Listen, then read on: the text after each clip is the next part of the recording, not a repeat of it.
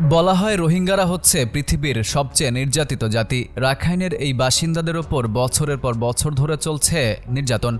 এই নির্যাতনের মাত্রা ভয়াবহ আকার ধারণ করে 2017 সালে। রাতারাতি জ্বালিয়ে দেওয়া হয় বাড়িঘর, প্রকাশ্য দিবালোকে হত্যা করা হয় হাজার হাজার রোহিঙ্গাকে। সীমান্ত দিয়ে বাংলাদেশে অনুপ্রবেশের চেষ্টা করে লাখ লাখ রোহিঙ্গা। মানবিক এই বিপর্যয়ে দেশে সাময়িক আশ্রয় দেওয়া হয় প্রায় 14 লাখ রোহিঙ্গাকে। যদিও এই সংখ্যা এখন প্রায় 17 লাখ ছাড়িয়েছে। রোহিঙ্গা প্রত্যাবাসন ইস্যুতে বহুমাত্রিক কূটনৈতিক তৎপরতা চালিয়ে গেলেও সফলতার মুখ দেখেনি বাংলাদেশ সরকার। এখন প্রশ্ন হচ্ছে, কি করছে রোহিঙ্গারা?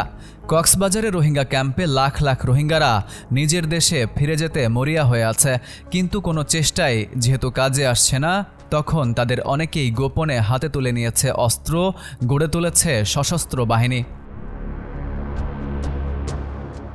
এমন একটি বাহিনীর খবর পাওয়া যায়। এরপর যোগাযোগ করা হয় গহীন জঙ্গলে থাকা বাহিনীটির সিনিয়র কমান্ডারের সঙ্গে। তিনি জানান, তাদের ঘাঁটি মিয়ানমারের রাখাইন রাজ্যের মঙ্গরু জেলায়। সেখানে গিয়ে দেখা যায় পাহাড়ের প্রতিটি ভাঁজে ভাঁজে তাদের শক্ত অবস্থান। এ যেন সুসজ্জিত কোনো রাষ্ট্রীয় বাহিনী।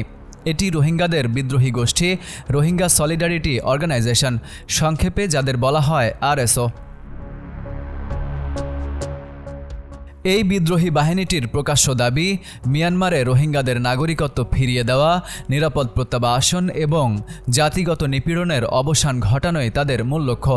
তারা বলছেন, এসব করতে কূটনৈতিক সহ সকল প্রচেষ্টা ব্যর্থ হয়েছে, যার কারণে তারা অস্ত্র হাতে নিয়েছেন।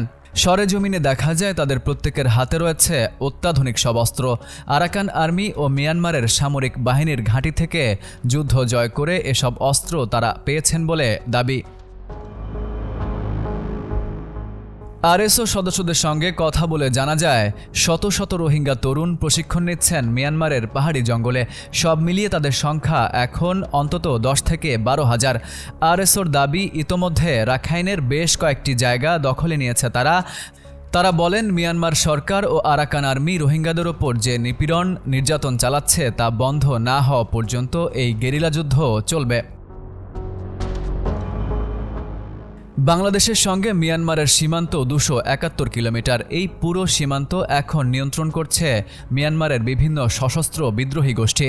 বান্দরবানের সীমান্ত জুড়ে রয়েছে আরাকান আর্মির ঘাঁটি। এসব ঘাঁটিতে অস্ত্র হাতে 24 ঘন্টা পাহারায় থাকেন আরাকান আর্মির যোদ্ধারা।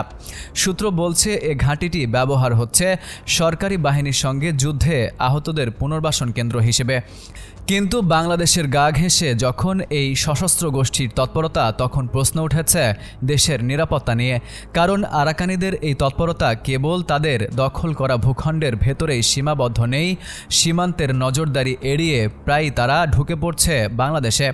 এসব তথ্য তুলে ধরে একটি প্রতিবেদন প্রকাশ করেছে Star News. Farid U Ahmed, IBTV USA।